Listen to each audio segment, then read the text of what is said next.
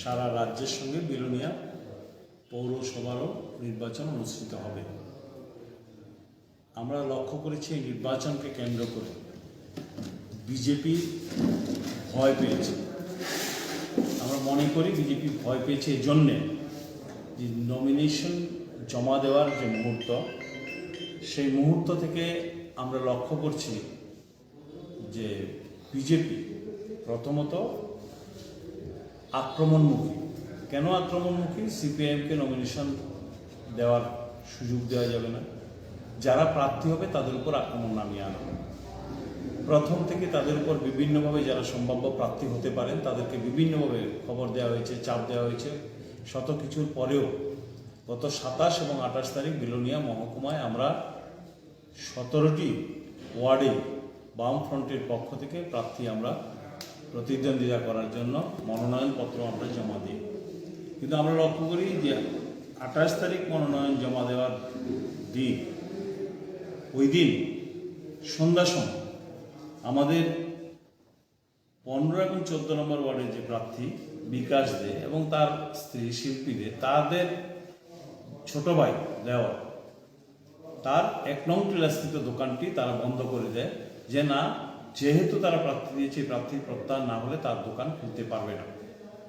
একইভাবে আমরা লক্ষ্য করি 28 তারিখ আমাদের প্রার্থী রিক্তা দাস বৌদ্ধ 17 নং ওয়ার্ডের প্রার্থী, ওর হাজব্যান্ড লিটন বৌদ্ধের দোকান, স্পেয়ার পার্টসের দোকান, সেই দোকানটি তারা বন্ধ করে দেয় একইভাবে যে রিক্তা দাস বৌদ্ধ যতক্ষণ না মনোনয়ন প্রত্যাহার করছে ততক্ষণ পর্যন্ত এই দোকান খোলা যাবে না।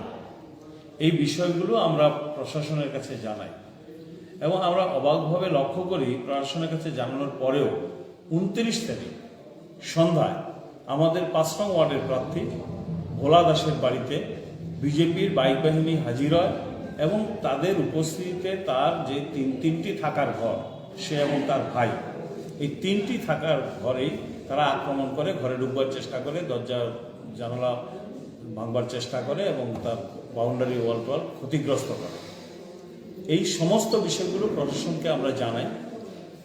প্রশাসন সেখানে তেমন কোনো কার্যকরী পদক্ষেপ গ্রহণ করেনি, যদিও বিভিন্নভাবে তাদের উপর চাপ তৈরি করার পর 2টো দোকানই খুলে দেয়, কিন্তু বিভিন্নভাবে প্রার্থীদের উপর চাপ হতে থাকে যে তারা যেন মনোনয়ন প্রত্যাহার করে। আমরা দেখেছি যে ভোলা দাস সহ ওখানে যারা আছে রিক্তা দাস বৈদ্য এবং সবার বাড়িতে বিভিন্নভাবে আক্রমণ, প্রেশার এগুলি চলতে থাকে। এবং এটা বিশেষত আমরা দেখছি যে 6 তারিখ প্রথমত বিজেপি মনোনয়ন দিতে পারেনি, তাদের নিজেদের মধ্যে বিরোধ ছিল। 3 তারিখ মনোনয়ন জমা দেওয়ার শেষ তারিখে তারা মনোনয়ন সব মিলিয়ে জমা দেয় এবং স্কুটিনি 5 তারিখ যখন শেষ হয়, যখন আমাদের সমস্ত প্রার্থী বৈধ এটা চিহ্নিত হয়, তারপর থেকে তারা প্রচণ্ডভাবে চাপ দিতে থাকে যে না, প্রার্থীপদ প্রত্যাহার করতেই হবে। এরকম পরিস্থিতি আমরা লক্ষ্য করি। আমাদের 7 নং ওয়ার্ডের প্রার্থী শিপ্রা দে ওর বাড়িতে যায়, ওর বাড়ির সামনে বাজি পোড়ায় এবং ওকে থ্রেট দেয় যে ও এলে যেন বিজেপির সঙ্গে দেখা করে। এমনকি যেদিন বিজেপির মিছিল মনোনয়নপত্র জমা দেবেন 2 তারিখ, সেদিন তাকে বলা হয় যে ওই মিছিলে তাকে উপস্থিত হতে হবে, যদি না হয় অসুবিধা হবে। এরকমভাবে তার বাড়িতে গিয়ে সেখানে হুমকি দিয়ে আসে। ধারাবাহিকভাবে আমরা লক্ষ্য করেছি যে আমাদের প্রার্থীদের শুধু এইরকম হুমকি, এটা আমি শেষ কথা নয়, তার পরবর্তী সময় আপনারা দেখেছেন যে গত 6 তারিখ রাতে রেখা দাস ওর বাড়িতে যায়, ওর বাড়িতে সেখানে ভাঙচুর করা, উপোসের বাড়িতে সেখানে আক্রমণ সংঘটিত হয়, তার বাড়িতে ঢিল মারে।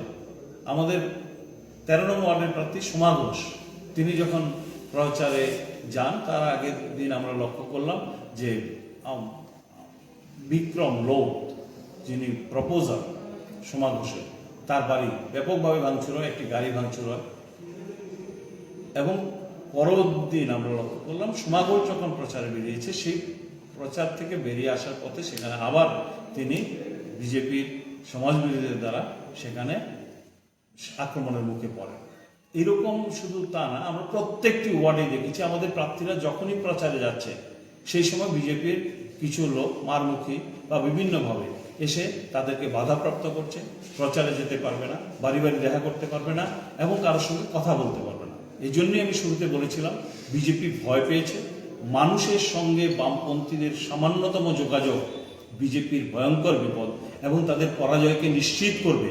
এই আতঙ্ক থেকে একটার পর একটা ঘটনা সেখানে সংঘটিত করে যাচ্ছে এবং এর পেছনে প্রধান কারণ হচ্ছে তারা কোনো উন্নয়ন করেনি, তারা মানুষের উপর জুলুম করেছেন, করের বোঝা চাপিয়েছেন। এই বিষয়গুলো সম্পর্কে আমাদের পার্টি নেতৃত্ব আছেন, আমাদের এক সময়কার প্রাক্তন চেয়ারম্যান দীপঙ্কর সেন আছেন, তারা সেই বিষয়গুলো নিয়ে বলবে। আমি শুধু এই যে আক্রমণের দিকটা, দুটো দিক আমরা বলছি। একটা হচ্ছে ভয় থেকে এই আক্রমণ বিজেপি করছে এবং আমাদের প্রার্থীরা এখন পর্যন্ত মাথা না করে, নত না করে তারা প্রতিদ্বন্দ্বিতায় টিকে আছেন। এটা একটি বড় বিলোনিয়ায় আমি বলবো ভোটের ফলাফল কী হবে জানি না, কিন্তু 17 জন প্রার্থীকে রাখা এবং 17 জন প্রার্থী অনড়ভাবে টিকে থাকা, মাথা উঁচু করে, মাথা নত না করে এই যে মনোনয়ন টিকে রয়েছে, এটাই হচ্ছে আমাদের কাছে প্রাথমিক জয়। দ্বিতীয় যে বিষয়টা আমরা লক্ষ্য করছি যে বিজেপি নিজেদের মধ্যে অন্তবিরোধ চূড়ান্ত পর্যায়ে পৌঁছেছে এবং বিভিন্ন অংশের মানুষের কাছে তারা প্রত্যাখ্যাত হচ্ছেন। এরকম একটি পরিস্থিতির মধ্যে দাঁড়িয়ে তারা আজকে প্রমাদ গুনছেন যে শুধু সিপিআইএম না, বিজেপির সমস্ত ভোটার ভোট কেন্দ্রে গেলে বিজেপি হেরে যেতে পারে তাদের যদি স্বাভাবিক ভোট করতে দেওয়া হয়। সেজন্যে যাতে কোনো অংশের মানুষ স্বাভাবিক ভোট না হয়, আতঙ্কিত হয়, ভোট কেন্দ্রে যেতে না পারে, ভোটার দিন বেরোতে না পারে, তার জন্য এখন থেকে আতঙ্কিত পরিবেশ তৈরি করো। এরকম একটি পরিবেশ তৈরি করলে মানুষ ভোট কেন্দ্রে যাবে না এবং অবৈধভাবে বাইরের লোক সমাগম করে এই ভোট করবে। এবং বিশেষত আমরা লক্ষ্য করছি যে বাইরের সমাজ বিরোধীদের সেখানে তারা সমবেত করবার চেষ্টা করছে। আমরা দেখেছি যে বিলোনিয়া শহরের মধ্যে শুধু না, এখন ঋষ্যমুখ এবং আমরা লক্ষ্য করছি যে নলুয়া, এই সমস্ত জায়গা থেকে বাইক বাহিনী নিয়ে এসে রাতের বেলায় বিভিন্ন জায়গায় হামলা উজ্জুতি করার চেষ্টা করছে। আমাদের প্রার্থী অনুজ তিলক সেখানে অ্যাডভোকেট, আমরা দেখেছি তার বাড়িতেও বাইক বাহিনী চলা হয়েছিল, সে বাড়ি ছিল না, তার বাড়ির সেখানে বাউন্ডারি ওয়াল টল সেগুলোর মধ্যে তারা লাঠির আঘাত করে এবং তাকে হুমকি দিয়ে আসে যে তাকে বলবেন যে এসে যেন সে প্রত্যাহার করে। তো ফলে আমি বলবো যে দুটি বিষয়, একটা হচ্ছে বিজেপি ভয় পেয়েই কাজ করছে, দ্বিতীয়ত তারা চেষ্টা করছে যাতে ভোটের দিন শান্তিপূর্ণ পরিবেশ না হয়। এক্ষেত্রে প্রশাসনের সহযোগিতা আমরা বারবার চাইছি। প্রশাসন যতটা সহযোগিতা, আমরা বলবো না যে একদম কিছু করছে না, কিছু ভূমিকা থাকলেও যতটা করা দরকার শান্তিপূর্ণ ভোটের জন্য সবটা করছে, এই দাবি করা যাবে না। এবং আমরা মনে করি প্রশাসন তাকেই এগিয়ে আসতে হবে এই শান্তিপূর্ণ ভোট করার জন্য এবং একইভাবে আমাদের মানুষ তারা এগিয়ে আসছেন এই ভোট করবার জন্য। আমি বিশ্বাস করি যে বিজেপি যত চেষ্টাই করুক, বিজেপির সমস্ত ভয় আক্রমণকে প্রতিরোধ করে মানুষ ভোট কেন্দ্রে যাওয়ার জন্য সিদ্ধান্ত গ্রহণ করবেন এবং মানুষ ভোট কেন্দ্রে গেলে বামফ্রন্টের জয় এই পুর বোর্ডে কেউ রুখতে পারবে না। এটাই হচ্ছে বাস্তবতা।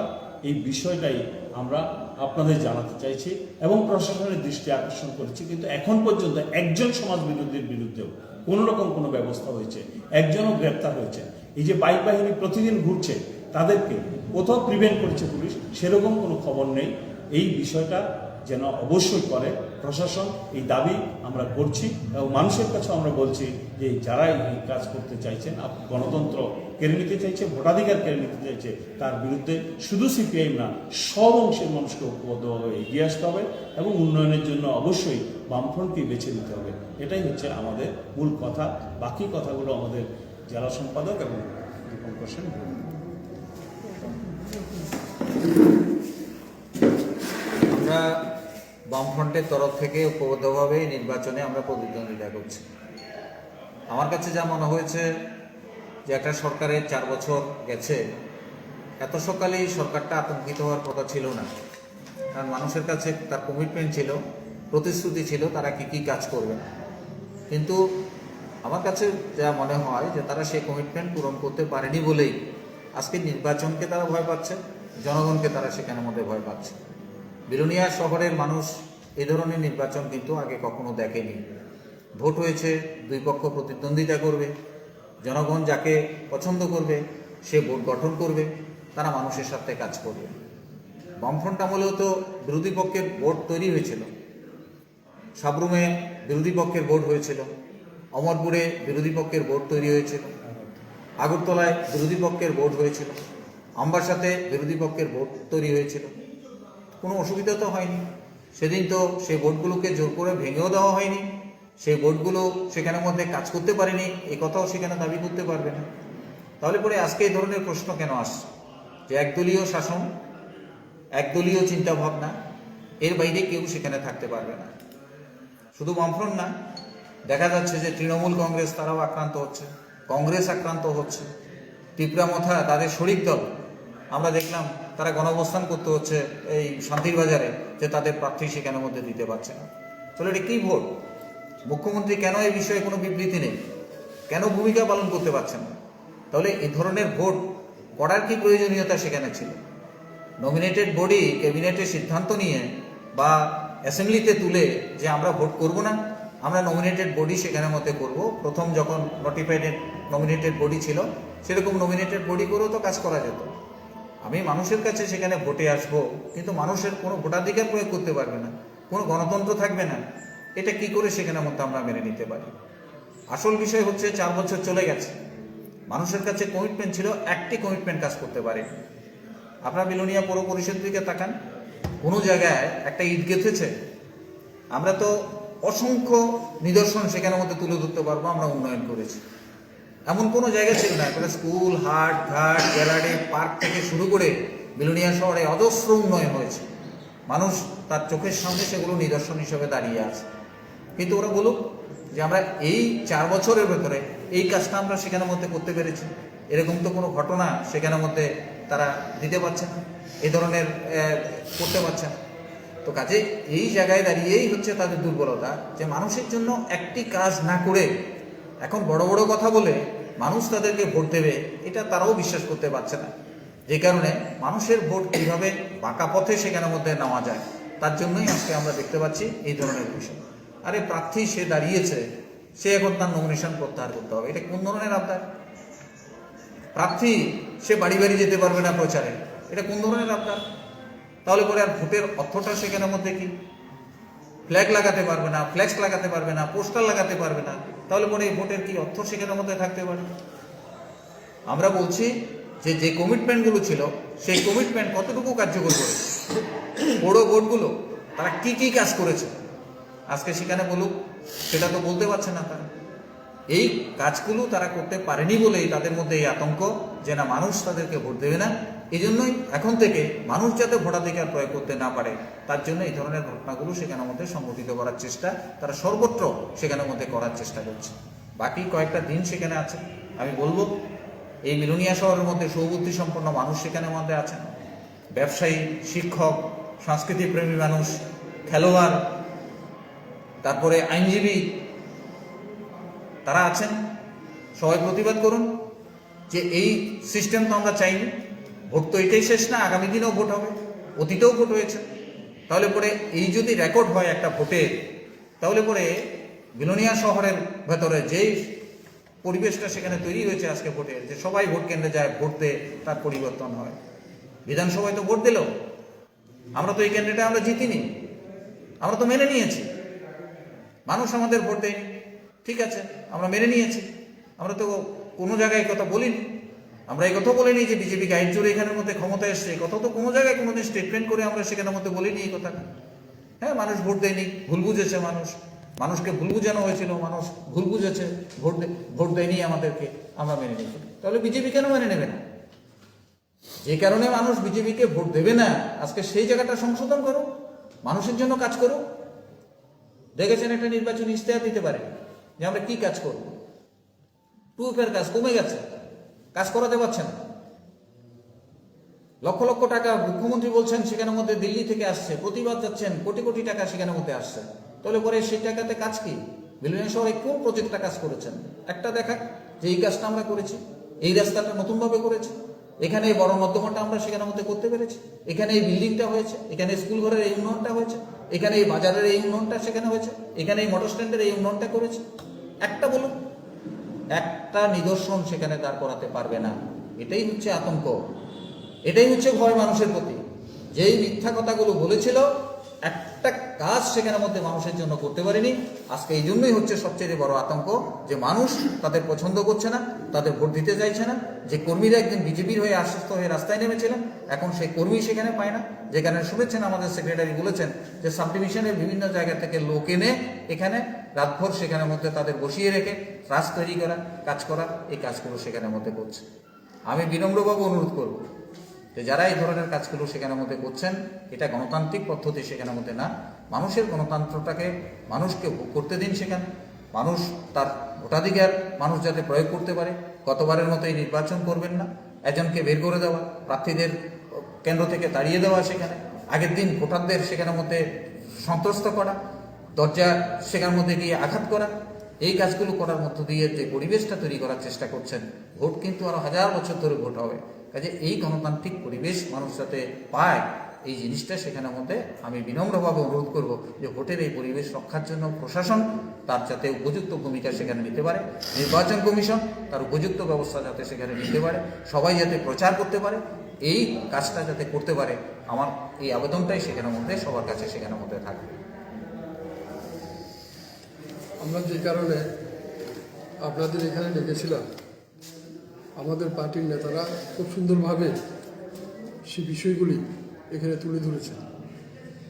আমি যে কথাটা বলতে চাই, বিজেপি এবং তার নেতৃত্বে পরিচালিত এই সরকার আমাদের রাজ্য সহ গোটা দেশকে সর্বনাশের অতলতলে তলিয়ে দেওয়ার পথ অবলম্বন করেছেন। নির্বাচন, সংসদীয় গণতন্ত্র আমাদের দেশের কোটি কোটি মানুষের স্বপ্ন, যেটা বজায় থাকুক। বিজেপি দল যেভাবে নির্বাচন পরিচালনা করছেন, এতে মূল বিষয়টির উপর আঘাত আসছে। মানুষ বিশ্বাস করতে পারছে না যে ভারতবর্ষের সংসদীয় গণতন্ত্রটা বজায় থাকবে। নির্বাচনের মাধ্যমে প্রতিনিধি নির্বাচিত হবে, এই বিশ্বাস মানুষ রাখতে পারছে না। দায়িত্ব নিতে হবে আমাদের। এটা শুধু রাজনৈতিক দলের দায়িত্ব হিসাবে চিহ্নিত করলে হবে না। সমস্ত অংশের শুভবুদ্ধি সম্পন্ন মানুষ যারা দেশকে ভালোবাসেন, গণতন্ত্রের প্রতি যাদের আস্থা রয়েছে, এই সময় সবাই প্রতিবাদে সামিল হওয়া উচিত। পৌর পরিষদের নির্বাচন হচ্ছে, বেশ কয়েক বছর ধরে এখানে নির্বাচন হয়ে আসছে, কোনো অসুবিধা হয়নি। যদিও গত উপনির্বাচনে বিজেপির নেতৃত্ব হয়েছিল, অসুবিধা হয়েছে। একটা সময় বিলোনিয়া সম্পর্কে প্রচণ্ড ভয়ভীতি মানুষের মধ্যে তৈরি হয়েছিল। বলা হয়েছিল বিলোনিয়া দিনের বেলায় মানুষ খুন হয়ে যায়, বিলোনিয়ায় শান্তি শৃঙ্খলা বলে কিছু নেই। ওই বুদ্ধিজীবীরা অনেকেই বলছিলেন যে বিলোনিয়ার মানুষ বোমের শব্দে ঘুমিয়ে পড়ে, বোমের শব্দে জাগে। আমরা 93 সালে নগর পঞ্চায়েতে দায়িত্ব পাওয়ার পর আমরা সমস্ত শুভবুদ্ধি সম্পন্ন মানুষের কাছে আবেদন করেছিলাম, আসলে বিলোনিয়াকে সুন্দর বিলোনিয়া, শান্তির বিলোনিয়া, সমৃদ্ধির বিলোনিয়ায় পরিণত করি। মানুষ আমাদের সাহায্য করেছেন। বিলোনিয়াকে সারা রাজ্যের সামনে আমরা তুলে ধরতে পেরেছিলাম এবং গর্বের সঙ্গে আমরা এটাও ঘোষণা করেছিলাম, সারা রাজ্যের মধ্যে যে কয়েকটি নগর পঞ্চায়েত বা পৌর এলাকা রয়েছে তার মধ্যে বিলোনিয়া অন্যতম। এই জায়গায় আমরা যেতে পেরেছিলাম। এই কয়েক বছরে আপনারা লক্ষ্য করেছেন, বিলোনিয়া শহরের উন্নয়নের জন্য, পৌর এলাকার উন্নয়নের জন্য, পৌর নাগরিকদের উন্নয়নের জন্য একটি পরিকল্পনা তারা গ্রহণ করতে পারেনি, বরং একটার পর একটা আক্রমণ তারা সংগঠিত করেছেন। জলকর, সম্পদকর, অস্বাভাবিক বিদ্যুৎ মাশুল বৃদ্ধি, ব্যবসায়ীদের উপর তাদের লাইসেন্সের ফি 5-7 গুণ বাড়িয়ে দেওয়া এবং আবর্জনা পরিষ্কারের নামে 200 টাকা থেকে 700 টাকা নির্ধারিত করার কাজ তারা হাতে নিয়েছেন। নির্বাচনের অব্যবহিত পরেই এই চাপ বোঝা পৌর নাগরিকদের উপর চাপিয়ে দেওয়া হবে। আমরা সরাসরি বলেছি, আমরা আমাদের লিফটেপের মাধ্যমেও আমরা এটা তুলে ধরেছি। এইসবের বিরুদ্ধে আমরা প্রতিবাদ করব, প্রতিরোধ গড়ে তুলব। আমাদের নেতৃত্বে যদি পৌর পরিষদ পরিচালিত হয়, এই অস্বাভাবিক জলকর, সম্পদকর, বিদ্যুৎ মাসিক ব্যবসায়ীদের উপর যে করের বোঝা চাপিয়ে দেওয়া হচ্ছে, এটা আমরা প্রতিহত করব, আমরা প্রতিরোধ করব, আমরা প্রত্যাহার করে নেব। এই জন্যই আবেদন করব এই পৌর এলাকার যে নির্বাচন, এই নির্বাচনকে গণতন্ত্র রক্ষার নির্বাচন, শান্তি সম্প্রীতির নির্বাচন এবং পৌর এলাকাকে আরও সুন্দর, আরও সমৃদ্ধ করার নির্বাচনে পরিণত করুন। সবাই দায়িত্ব নিয়ে এগিয়ে আসুন। আমরা সবাই যাতে আমাদের ভোট দিতে পারি, তার জন্য সবাই আমরা শপথ নেব। আমরা বলবো, আমাদের স্লোগান হিসাবে আমরা এটা চিহ্নিত করেছি যে আমার ভোট আমি দেব, ভোটে বাধা মানব না। এই বিষয়টিকে সামনে রেখে সমস্ত শুভবুদ্ধি সম্পন্ন মানুষ ভোট সম্পন্ন করার জন্য, ভোটে অংশগ্রহণ করার জন্য এগিয়ে আসুন। এরই মধ্যে দিয়ে আমরা সুন্দর বিলোনিয়া, সমৃদ্ধির বিলোনিয়া, শান্তির বিলোনিয়া আমরা পরিণত করতে পারব। সবাইকে ধন্যবাদ। ছোট্ট করে